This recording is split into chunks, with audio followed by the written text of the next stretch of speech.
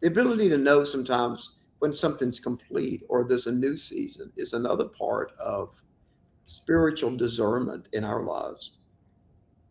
Yeah. We hold on when we should let go, and we delay when we should begin. We're so afraid we don't get started, and it's Right. because our security is in what we're doing instead of in the calling of God. So discerning spiritual discernment also has to do idea of, am I aware of, in my relationship with God, how is God speaking to me? Am I willing to accept, the new calling and what God has for me? The Right. classic stories is Esther in Persia. I wrote a whole book on her life. God revealed her story to me 4 or 5 years ago. It's called Destiny.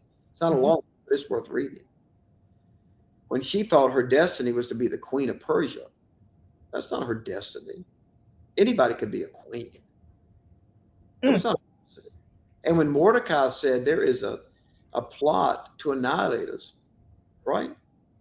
He said, you've got to go to the king. She didn't want to go. She Right. told Mordecai, she said, well, I'm not going to get involved.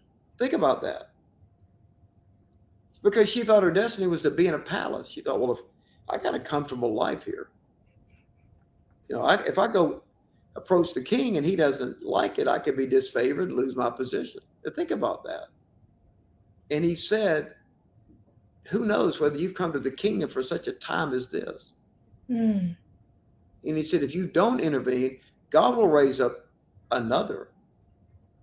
None of us is indispensable. And then she said, he had to go back to her. And she didn't even see him. He had to give a note to a messenger. That's her uncle.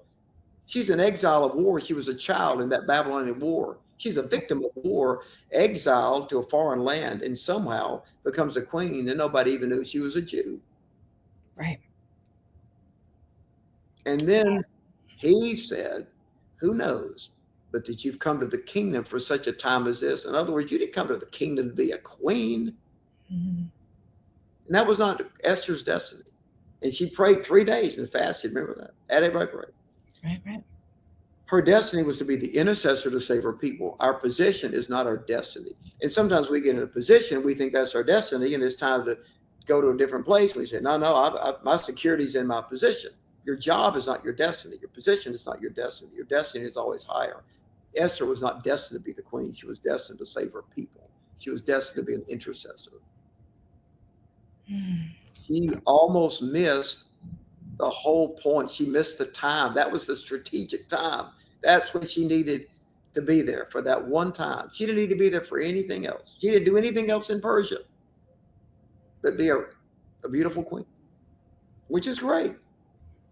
But she almost missed the one thing, the one reason God put her there, because she couldn't discern the time.